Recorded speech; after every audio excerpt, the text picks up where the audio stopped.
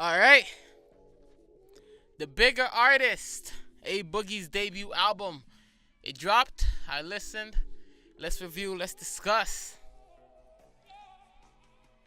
All right, so A Boogie back at it with another solid project.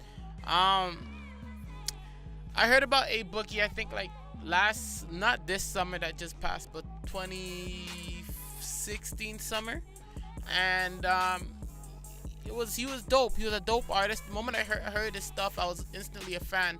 I liked the style. I didn't expect him to blow up as quickly as he did after that. But yo, more power to him, man, because the dude is dope and he has some great stuff. So let's talk about the project that he dropped, the bigger artist. I didn't understand why this dude always kept the word artist in this. We understand you're an artist, bro. We understand you make music. Turns out it's the man's actual name. Did not know that. But yeah, big fan.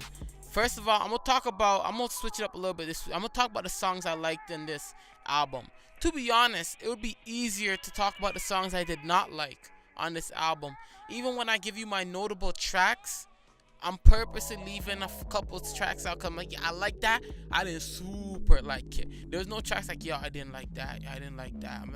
There was no track on here that I didn't say, damn, I can't vibe out to this one at a moment. You know what I mean? Every track on here is good, right? But I have to be super picky because I just can't pick all 15 tracks and say, yo, these are the notable tracks, because that wouldn't work, right? So these are the tracks for me that just killed it. First of all, another artist with another killer intro to their album. A Boogie's No Promises, sick. Alright, fire.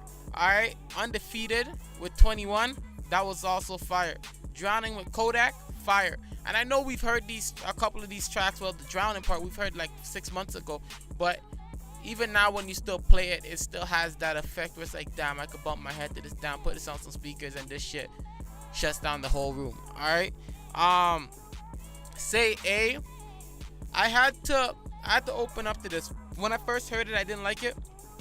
But after listening to the album and going back and listening, because, you know, I was trying to get some opinions and everything so I could actually give a proper review. I realized that it's a dope song. It's like the vibe. Like artists like A Boogie, you don't always go to them for bars, or like A Boogie, Kodak. So you don't always go to them for bars, but doesn't mean they can't give you bars, right? They kind of like A Boogie focuses more on melody, and when his melody is dope, every song. That's why it's so hard to pick songs you don't like on his album, because he creates these melodies and these vibes, and it just fits. That's why it seems like this dude never misses on any of his verses, because everything just fits with him. He stays in his lane. He's not there to give you a hot 16 like Kendrick. He's there to give you a fire. He's there to give you fire. That's what he's there to give you. He's trying to make the most pop in, the most banging track, and that's what he does really well on this album. Alright, so Say A opened up to that. That was great. Let's Start Over. Dope. Had a great vibe. You're gonna hear that word a lot in this review, and his vibe, man. Somebody, dope. The track he had with C Breezy, dope.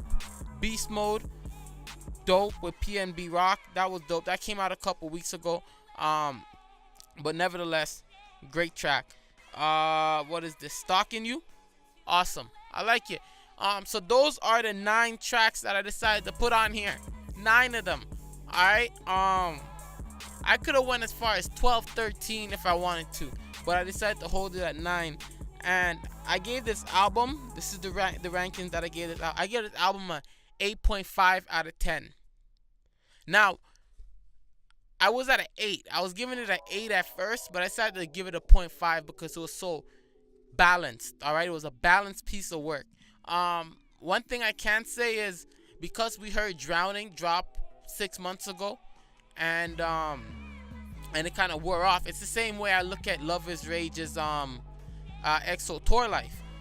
Once the album comes out and it's one of the main tracks on the album, it doesn't give the listener that same effect it did 6 months ago when it dropped, right? Nevertheless, in a year and a half from now, when you look back, you're like, damn, this album has Drowning on it. It's going to give you that effect again. But right now, it's kind of worn out for me at least, because I listen to these. I overplay songs, I really do. But yeah, it was a balanced piece of work. Nothing really jumped out at me and said, "Damn, this is solid." This is, a matter of fact, I'm gonna stick to my ground. I'm gonna give it an 8 out of 10, because nothing really jumped out at me. Everything was just solid. It was a solid piece of work, and 8 out of 10 is still solid. So yeah, there's nothing that took my breath away, like blew me away, but everything was good. There was nothing bad on the album. That's why I got an 8. So yeah, man, A Boogie definitely delivered with this project, his debut. I can't wait till the next one. Now the big question is for me, where does it rank on A Boogie projects? Well, you have artists, and then I forgot what he called the last one, Macaroni, and what's it called? The one with the yellow cover art, but with vacation on it and everything like that. Yeah, but I would rank this debut number 1. 15 tracks, solid, dope, and then after that we'd have artists, and then the mixtape that he dropped, I think around December. But yeah, man, dope. A Boogie definitely delivered on this project, and if you haven't listened to it, definitely go listen to it and share your support, because this dude is coming, man.